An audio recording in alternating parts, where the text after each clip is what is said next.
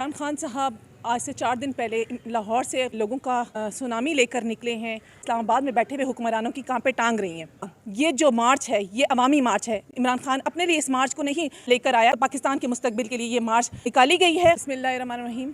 Iram Yasir Abbasi, Pakistan Tehreek Insaf, women wing, district Abbottabad. Imran Khan साहब आज से 4 दिन पहले लाहौर से लोगों का सुनामी लेकर निकले हैं और रास्ते की तमाम रुकावटें अबूर करते हुए आज गुजरांवाला पहुंच गए हैं।